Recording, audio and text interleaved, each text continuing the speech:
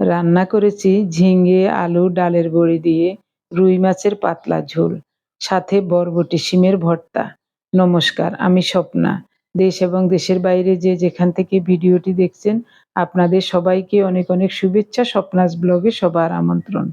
প্রতিদিনের মতো নতুন একটি পর্ব সাজানোর প্রয়াস করছি আমাদের ঘরোয়া রান্নাবান্না, খাওয়া দাওয়া, এইসব বাস্তব চিত্রগুলি নিয়ে। আশা করছি আপনাদের সবার ভালো লাগবে, তাই অনুরোধ রইল পর্বটি প্রথম থেকে শেষ পর্যন্ত দেখুন।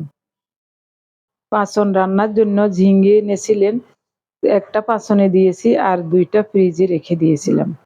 আজ এই দুইটা ঝিঙে, ডালের বড়ি আর একটা আলু দিয়ে রুই মাছের পাতলা ঝোল করব। ঝিঙেগুলো খোসা ছাড়িয়ে নিলাম, এবার ভালো করে ধুয়ে নেব, তারপরে কেটে নেব। আপনি যদি এই প্রথম আমাদের ভিডিওটি দেখে থাকেন, সম্পূর্ণ পর্বটি দেখার পর যদি একটু ভালো লাগে, আমার অনুরোধ রইল চ্যানেলটি সাবস্ক্রাইব করে আপনার মূল্যবান মন্তব্যটি লিখে জানাবেন। ফেসবুক থেকে ভিডিওটি দেখে থাকলে পেজটি ফলো, লাইক, শেয়ার করে আপনার মূল্যবান মন্তব্যটি লিখে জানাবেন। যে কোনো গঠনমূলক মন্তব্য করতে পারেন, কোনো সমস্যা নাই, আমি আপনাদের সকল মন্তব্যের উত্তর দেব। একটা আলু খোসা ছাড়িয়ে ধুয়ে নিয়েছি, এরপর কেটে আবারও ধুয়ে নিয়েছি। ঝিঙেগুলো খোসা ছাড়িয়ে ধুয়ে কেটে নিচ্ছি। কাঁচামরিচ আর বরবটি শিমের ভর্তা করব তপসে মাছ দিয়ে। শিমগুলো পরিষ্কার করে ধুয়ে নিয়েছি, কাঁচামরিচও ধুয়ে নিয়েছি। এখন শিমগুলো কেটে নিচ্ছি। রান্নার আগে সব কিছু রেডি করে তারপরে রান্না বসাবো। রুই মাছের পিসগুলো ফ্রিজ থেকে নামিয়ে আরও আগে ভিজিয়ে রেখেছি, নরমাল হয়েছে। এরপরে লবণ মাখিয়ে ভালো করে ধুয়ে নিয়েছি। 3-4টা তপসে মাছও পরিষ্কার করে ধুয়ে নিয়েছি। এখন ভর্তার জন্য পেঁয়াজ কেটে নিচ্ছি। সব কিছু মোটামুটি রেডি, এখন রান্না বসাবো। রুই মাছের ঝোলের জন্য কিছুটা গোটা জিরা শুকনো খোলায় টেলে নিচ্ছি।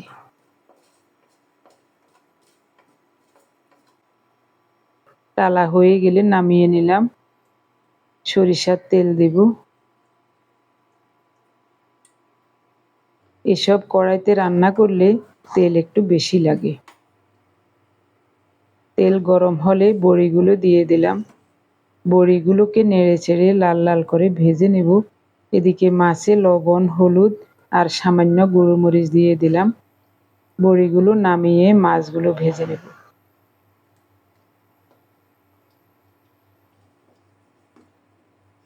বড়িগুলো খুব সুন্দর মতো ভাজা হয়ে গেছে, উঠিয়ে নিচ্ছি। মাছের পিসগুলো খুব সুন্দর মতো মাখিয়ে একটা একটা করে দিয়ে দিলাম। এবার ঢেকে ঢেকে উল্টে পাল্টে মাছের পিসগুলো লালচে করে ভেজে নেব। গতকাল সত্য আসছিল আমাদের বাসায়, এখন চলে যাবে, তো খাওয়া দাওয়া করেই যাবে, পার্থসহ একত্রে বের হবে, তাই আজ তাড়াতাড়ি রান্না করছি।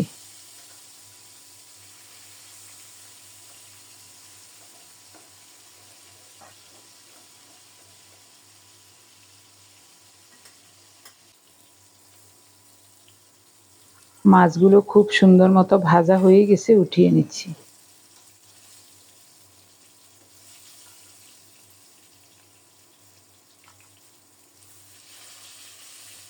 ইন্ডাকশন ওভেনে রান্না করতে সুবিধাই আছে, তবে কড়াইটা ঠিক থাকলে রান্না করা কোনো ব্যাপারই না।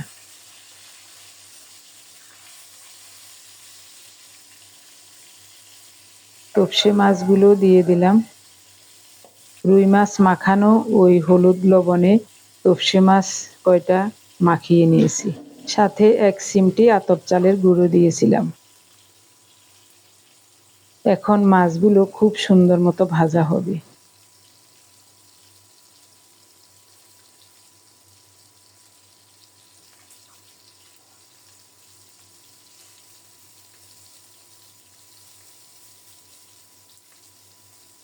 রুই মাছের লেজের পিসটা বেশি মচমচে করে ভেজে নিচ্ছি, তাহলে খেতে খুব ভালো লাগবে।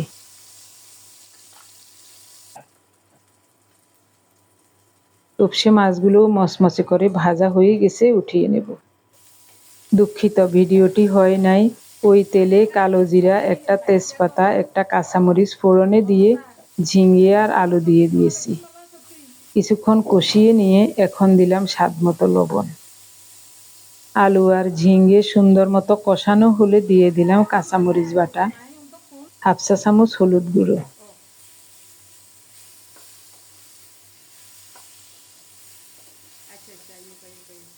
অল্প তাপে নেড়ে চেড়ে কিছুক্ষণ কষিয়ে নেব।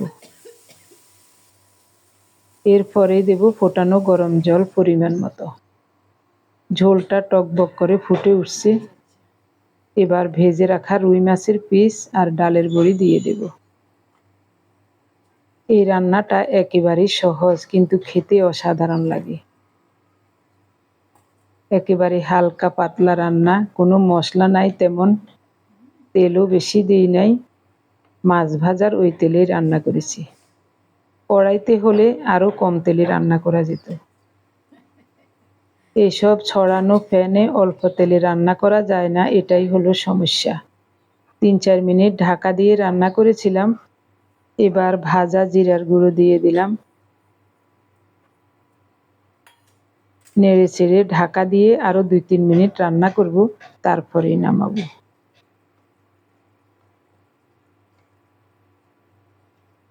এই পাতলা ঝোলটা সবাই পছন্দ করে, তাই একটু বেশি করে ঝোল রাখছি।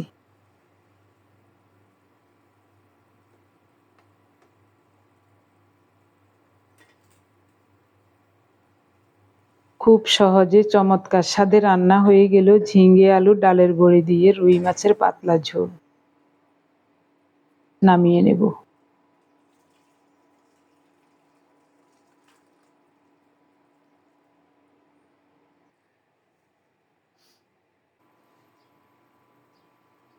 প্যান গরম হলে অল্প করে সরিষার তেল দেব। কাঁচামরিচ আর বরবটিগুলো ভেজে নেব।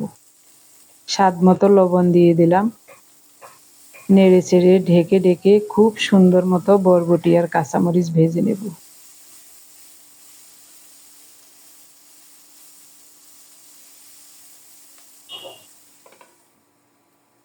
ওদিকে জল গরম করে ভাত বসিয়েছি, ভাতও হয়ে যাচ্ছে।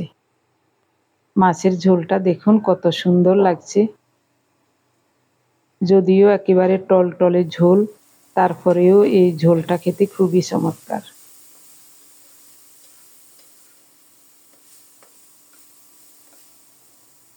কাঠের খুন্তি দিয়ে নাড়তে ভালো লাগে না, তাই স্টিলের খুন্তি দিয়ে নাড়ছি। তবে কড়াইতে যেন চোট না লাগে সেই দিকেও খেয়াল রাখছি।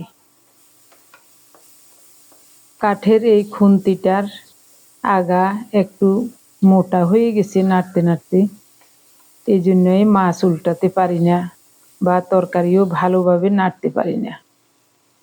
কাঁচামরিচ বরবটি ভাজা হলে কুচানো পেঁয়াজ দিলাম। এগুলি একটু নেড়ে চেড়ে এখন অল্প একটু কালো জিরা দিয়েছি। এক সাইডে সামান্য করে একটু তেল দিয়েছি। নেড়ে চেড়ে কালো জিরাটাকে খুব সুন্দর মতো ভেজে নেব।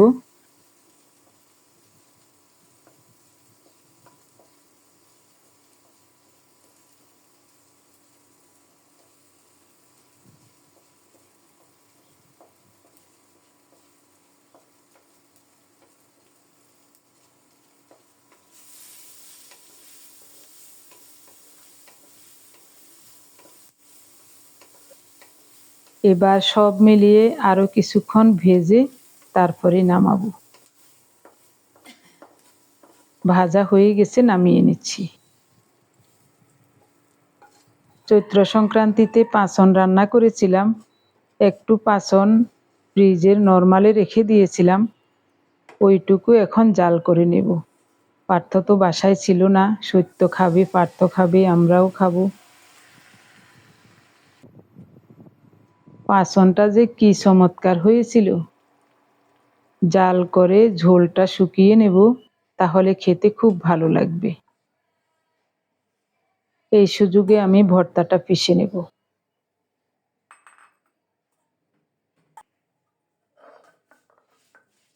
এভাবে ছোট যে কোনো মাছ দিয়ে ভর্তা করলে খুবই ভালো লাগে খেতে। মাছগুলো একেবারে মচমচে করে ভেজে নিয়েছি।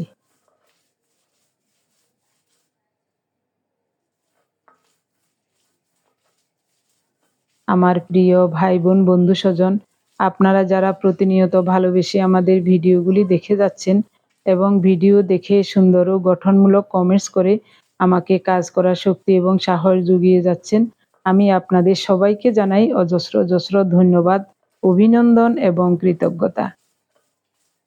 সেই সাথে আজকের পর্বটিও কেমন লাগছে অবশ্যই কমেন্টস করে জানাতে ভুলবেন না।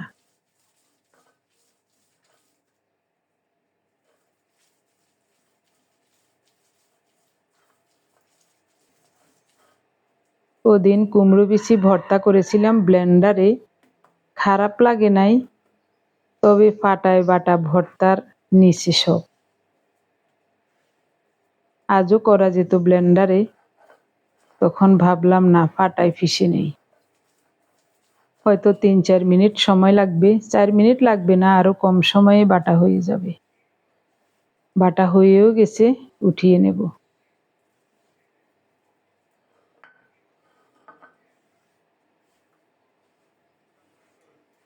কত সুন্দরভাবে হয়ে গেল মুখরোচক একটা ভর্তা। পার্থ সত্য ওরা খেয়ে বের হয়েছে 11টার দিকে। এরই মধ্যে অনেক অনেক সময় পার হয়ে গেল, এখন দিনের 3:30 বাজে। পার্থ সত্য বের হওয়ার পরে সৌরভ ফোন দিয়েছিল, বলছে পিসিমা আমি বাসায় আসছি। ও সকালবেলায় খাগড়াছড়ি থেকে রওনা দিয়েছে, 3টায় আমাদের বাসায় এসে পৌঁছেছে। তো আর রান্না বান্না করতে হয় নাই, সকালবেলায় যা রান্না করেছিলাম এটাতেই চলবে। আমার কাছে যে কি ভালো লাগে ওরা বাসায় আসলে।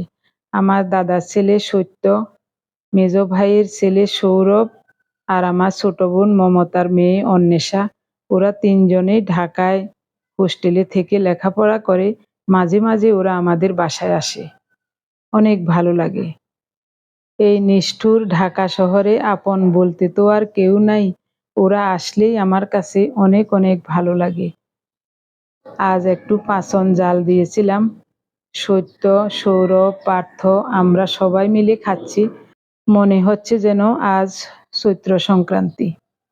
চৈত্র সংক্রান্তিতে যে আমরা ঔষধি গুণসম্পন্ন পাঁচন রান্না করি, এটা একা খাই না, পাড়া প্রতিবেশী আত্মীয় স্বজন সবাই মিলে খাই, অনেক ভালো লাগে। ও বলছিল পিসিমা এবার পয়লা বৈশাখে বাসায় গিয়ে অনেক ভালো লেগেছিল। পাহাড়ি বন্ধু বান্ধব আছে, ওদের বাসায় গিয়ে পাঁচন খেয়েছি। পাহাড়িদের পাঁচন খুবই চমৎকার হয়। আমি বলছিলাম ওরা কি আমাদের মতো এরকম করে রান্না করে? বলছে না পিসিমা, ওদের রান্না অন্যরকম। ওরা বিভিন্ন ধরনের শুটকি মাছ দিয়ে পাঁচন রান্না করে, ওদের পাঁচনের টেস্টই আলাদা। আমার কাছে ওদের পাঁচন খেতেই বেশি ভালো লাগে।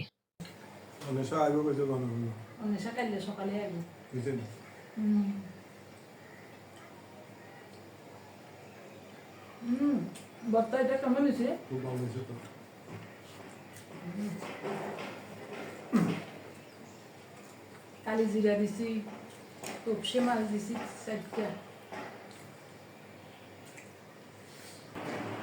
খুব গরম, তাই ফ্যানটা আবার ছেড়ে দিলাম। সৌরভের সাথে বলছিলাম পাঁচন রান্না এবং স্বাদের কথা। ঔষধি গুণসম্পন্ন এই পাঁচন আমরা বছরে একবারই রান্না করি, সব ধরনের মশলা এবং সব ধরনের সবজি দিয়ে। ও বলছে পিসিমা পাহাড়িয়াদের পাঁচনটাই আমার কাছে বেশি ভালো লাগে। ওরা পাঁচন রান্না করে শুটকি দিয়ে, সব ধরনের মশলা সবজি সব কিছুই থাকবে, সাথে কিন্তু শুটকি থাকবেই, এ কারণে বেশি ভালো লাগে খেতে। তখন আমি বললাম এটা তো ঠিকই আছে, যার যার নিয়ম অনুযায়ী সে সেরকম করেই রান্না করবে, সেরকম করেই খাবে, যে যেভাবে খেয়ে অভ্যস্ত, যাদের যেরকম নিয়ম ওভাবেই করাই উচিত। তখন আমি ওর কাছে বললাম আমাদের পাঁচন রান্নায় রসুন ব্যবহার হয়, আমার মা শাশুড়ি মা আমাদের ওদিকে এখনো সবাই পাঁচন রান্নায় রসুন ব্যবহার করে। সেরকমে প্রতি বছরের মতো এবারও পাঁচন রান্না করেছিলাম, ওই ভিডিওটা শেয়ার করেছিলাম ইউটিউব এবং ফেসবুকে। ইউটিউবে যারা ভিডিওটি দেখেছে তারা সবাই মোটামুটি পজিটিভ কমেন্টস করেছে, কিন্তু ফেসবুক পেজে ভিডিওটি অনেক অনেক মানুষে দেখেছে, তারা প্রায় অনেকেই শুধু একটাই কথা, আজ রসুন কেন দেওয়া হলো? চৈত্র সংক্রান্তিতে পাঁচন রান্না হয় নিরামিষ, এটা নিরামিষ সবজি বা ঘন্ট, এটাতে রসুন কেন? রসুন কেন? সবাই শুধু রসুন কেন, রসুন কেন? দুই একজন একটু বেশি নেগেটিভ কমেন্টস করেছিল। মানুষ যে নিজেদেরকে কি ভাবে এটাই আমি বুঝি না। সারা পৃথিবীতে প্রায় ৭৫০ কোটি মানুষ, সব মানুষের খাদ্যাভ্যাস, নিয়ম নীতি একই রকম হবে, এটা কেন মানুষ চিন্তা করে আমি এটাই বুঝি না। এক এক দেশের বা এক এক অঞ্চলের নিয়ম নীতি খাদ্যাভ্যাস এক এক রকম হবে, এটাই স্বাভাবিক। কিছু কিছু বেশি পণ্ডিত মানুষ আছে, তারা এটাই বুঝে না। হ্যাঁ, এ ধরনের কমেন্টস করা যায়, দিদি আপনাদের এরকম নিয়ম, আমাদের তো এরকম নিয়ম নাই। যেমন আমরা পাঁচনে রসুন ব্যবহার করি না, আপনারা তো রসুন ব্যবহার করছেন, যাক এটা আপনাদের নিয়ম। এ ধরনের কমেন্টস করলে কোনো সমস্যা নেই। এ ধরনের কমেন্টস করেছেন অনেক অনেক মানুষই, কিন্তু কয়েকটা কমেন্টস আসছে, কমেন্টসগুলি দেখে আমার একেবারে গা জ্বলে গেছে। মনে হচ্ছে যেন তাদের নির্দেশ মতোই চলতে হবে, তাদের নির্দেশ মতো না চললে আমরা সবাই নরকে যাব, ওরা সবাই স্বর্গে যাবে, এ ধরনের ওদের চিন্তা ভাবনা। তখন সৌরভ বলল, হ্যাঁ পিসিমা, ওই ভিডিওটা আমি দেখেছি, সবার কমেন্টসও দেখেছি। সত্য আসছিল আমাদের বাসায়, সত্যও বলেছে, পিসিমা ভিডিওটা ভাইরাল হয়েছে, কিন্তু কমেন্টসগুলি আমি দেখেছি। তো ওইসব কমেন্টসের আপনি রিপ্লাইও দিবেন না, ওটা দেখবেনও না, ওরা ওদের মতো কমেন্টস করুক, ওইসব কমেন্টসের রিপ্লাই দেওয়ার কোনো দরকার নাই, বিতর্কে যাওয়ার কোনো দরকার নাই। আমি সবাইকে সব সময় বলি, যে কোনো গঠনমূলক কমেন্টস করবেন, যা দেখে আমি নতুন কিছু শিখতে পারি এবং জানতে পারি। সারা জীবন চার দেয়ালের মধ্যেই ছিলাম, কোথাও কারো সাথে তেমন যোগাযোগও হয় নাই, কথাও হতো না, দেখাও হতো না।